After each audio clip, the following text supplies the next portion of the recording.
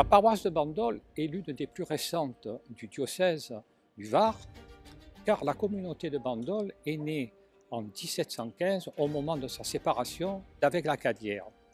Il ne faut pas oublier également que l'église Saint-François de Sales est classée monument historique depuis le 23 août 1990 pour sa façade, son clocher, mais également pour les deux emplacements au sol que sont le parvis, la place d'Estienne d'Orves et la place de la Liberté, et également pour les deux fontaines.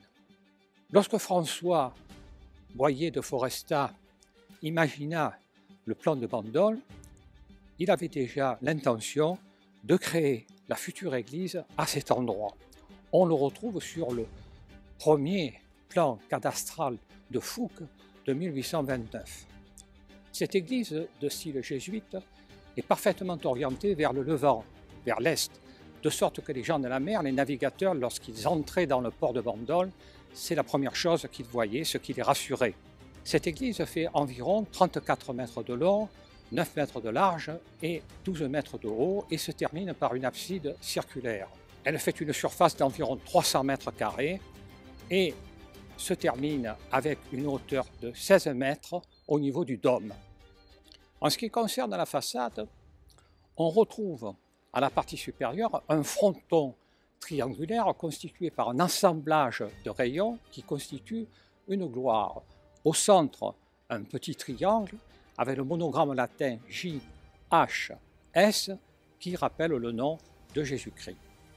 Au-dessous, on retrouve un oculus qui représente le Sacré-Cœur et qui est ornementé par un certain nombre de symboles d'origine baroque, oves, palmettes et rinceaux. Enfin, juste au-dessus de la porte se trouve un vitrail qui date de 2001 et dans ce vitrail on retrouve des symboles de la chrétienté, en particulier la croix, le poisson ou ictus qui signifie également Fils de Dieu, Jésus-Christ, notre Sauveur. Comme on peut le voir, l'église, l'édifice principal, est flanqué de deux chapelles. Sur le flanc est se trouve la chapelle dite Saint-Elme qui est dédiée aux gens de la mer. Elle a été achevée en 1773, comme on peut le voir gravé au fronton. De l'autre côté, identique à cette chapelle, se trouve la chapelle Saint-Vincent de Paul, qui est dédiée aux tonneliers et aux vignerons et qui a été terminée 10 ans plus tard, en 1783. Mais nous parlerons de ces deux chapelles à l'intérieur de l'édifice, donc je vous propose d'entrer dans l'église.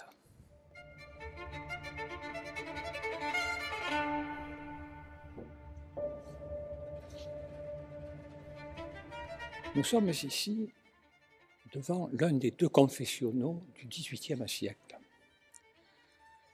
Si l'église date de 1748 et la paroisse de 1751, le culte existait déjà dans Bandol à l'époque des Boyers. En effet, c'est dans le testament de Jules de Boyer de 1675 qu'on retrouve son désir de vouloir créer une chapelle au niveau du château qui a été construit en 1610 sur la presqu'île de la Motte. Cette chapelle sera inaugurée le 31 juillet 1679. Et comme le décrit l'abbé Magloire Giraud, c'est une toute petite chapelle de 18 mètres carrés, richement décorée. Mais elle ne sert évidemment qu'aux seigneurs, car qui pouvait l'occuper d'autre que les Boyers, puisque le terroir de Bandol était désertique.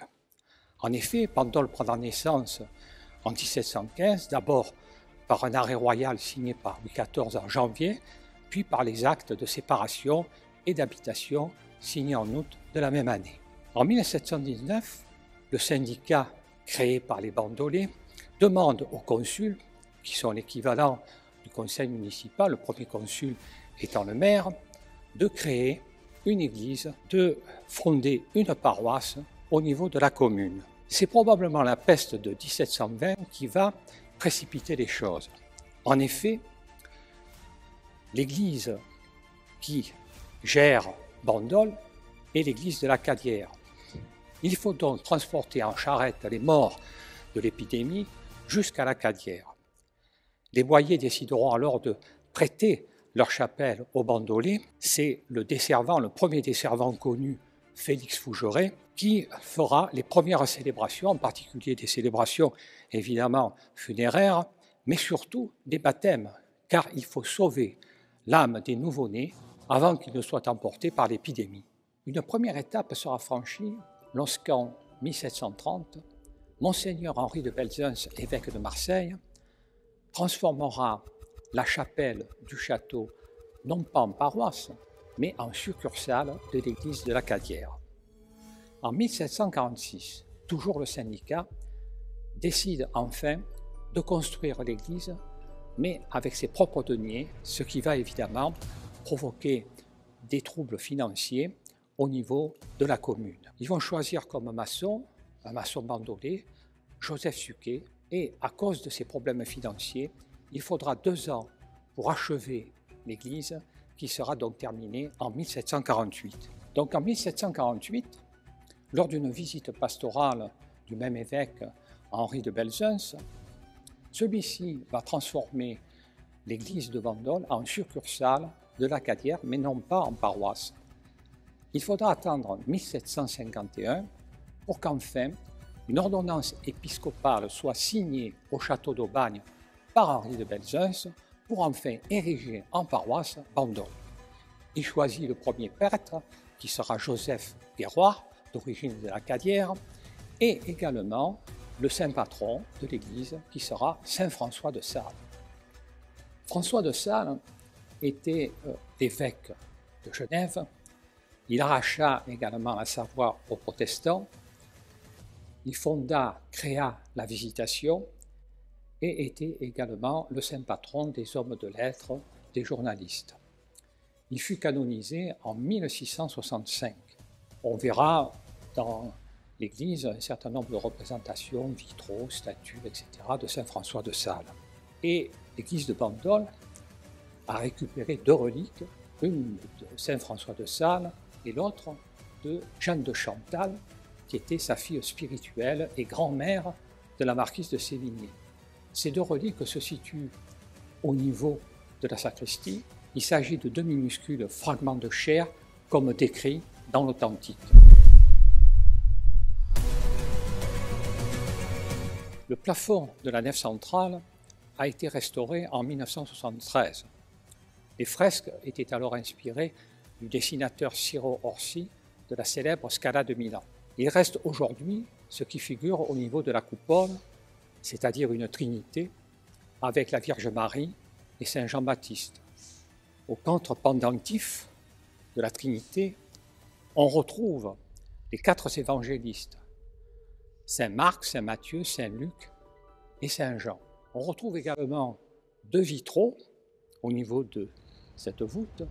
L'un à gauche figure Saint François de Sales, l'autre à droite Saint Pierre. Il y a également 2 tableaux qui sont Notre-Dame et les âmes du purgatoire. Les grilles du chœur datent de 1826 et ont été réalisées à la Cadière. Sur le premier pilier, sur ma gauche, se trouve un Christ en croix qui daterait du XVIe siècle et qui a été restauré en 2001 à Soliespont. Juste en face, sur l'autre pilier, à ma droite, se trouve une statue de saint François de Sales.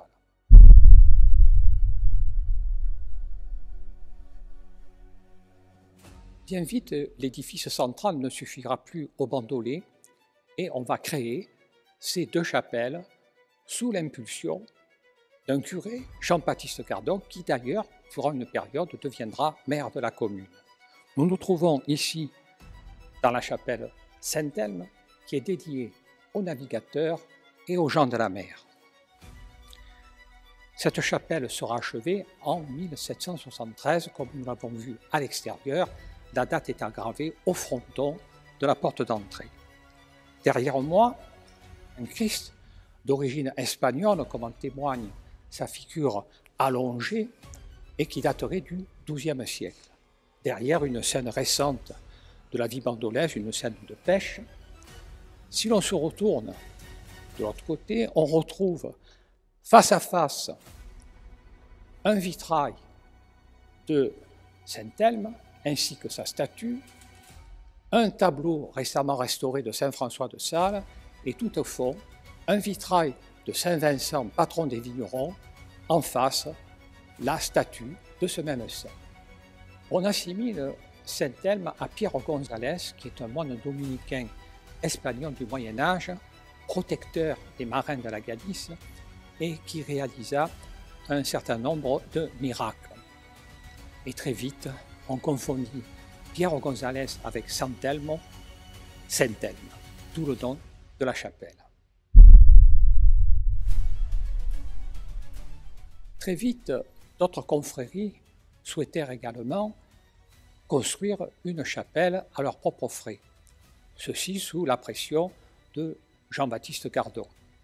Nous nous trouvons donc ici dans la deuxième chapelle qui a été réalisée par la confrérie de la Charité ou des Pénitents Noirs. C'est la chapelle Saint-Vincent de Paul et elle est dédiée aux tonneliers et aux vignerons. C'est Joseph Suquet qui va également s'occuper de la construction de cette chapelle comme celle de Saint-Elme, de sorte qu'en 40 ans, Joseph Suquet ainsi que son fils qui porte le même prénom que lui aura réalisé l'ensemble de l'édifice. Ces chapelles sont réunies toutes les deux par des arceaux avec la nef centrale. La chapelle Saint-Vincent de Paul sera achevée 10 ans plus tard, c'est-à-dire en 1783. Derrière moi se trouve une copie d'un rétable du Caravage, la Madone et les pèlerins, ainsi qu'une statue qui a été réalisée dans un seul tronc d'olivier et qui proviendrait de la chapelle du château des Boyers. Elle date donc du XVIIe siècle et elle aurait été réalisée dans les ateliers de Pierre Puget. C'est Notre-Dame de Grâce. Cette statue a évidemment une histoire.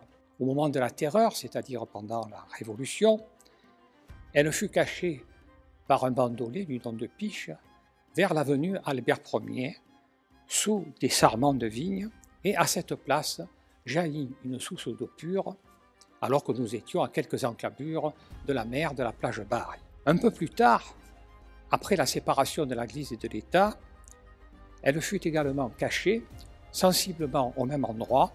Elle y laissa, semble-t-il, une trace de pied qui fut malheureusement effacée lors des travaux de la route en 1930. À l'origine, ce puits dit puits Chèche, dérivé du nom de Piche, le bandolé, portait une statue de Notre-Dame de Lourdes. Dans les années 60, les mineurs de Saint-Étienne qui construisirent la résidence Clairefonds transformèrent ce puits en une tour et la remplacèrent par leur sainte patronne qui était Sainte Barbe. La chapelle Saint-Elme a une histoire. Durant la Révolution, en 1789, c'est là que furent signés les cahiers de doléances. Ici se terrent également un certain nombre de réunions patriotiques, puis se réunit le Temple de la Raison. Elle fut vendue également à Brignoles comme bien national et en 1805, c'est un berger de Signes qui la racheta pour la transformer en bergerie. Elle redevint véritablement un lieu de culte qu'en 1818. On retrouve également 2 tableaux qui entourent celui de la Vierge et Sainte-Anne, un tableau de Saint-André et un tableau de Sainte Rosalie. Ces tableaux ont évidemment également une histoire. Ils sont reliés à André Ponce de Léraud, qui fut un héros pour la ville de Bandol. D'abord, en 1793, André Ponce de Léraud participa au siège de Toulon. Il y rencontra Bonaparte en particulier, qui l'invita à Bandol à manger une fameuse bouillabaisse. Il sauva, cet André Ponce, 32 bandolés de la guillotine en les défendant devant le tribunal de grâce et devant le fameux Robespierre jeune, de sorte que les bandolés lui vouèrent évidemment une passion extraordinaire. Lorsqu'en 1846, il revint à Bandol, il fut accueilli en grande pompe. Et la fille d'André Ponce de Léraud, Herminie Ponce, fit cadeau au curé Pascal un tableau, celui de Saint-André. Lorsque quelques années plus tard, après la mort de son père, Herminie Ponce revint à Bandol, elle fit cadeau à l'église d'un tableau, le tableau de Sainte Rosalie, dont elle dit qu'elle donna le visage de sa mère. Enfin, l'église, comme je l'ai dit, rejoint le giron religieux qu'en 1818. Nous sommes ici sur le clocher de Saint-François de Sales. Ce clocher a été achevé en 1824.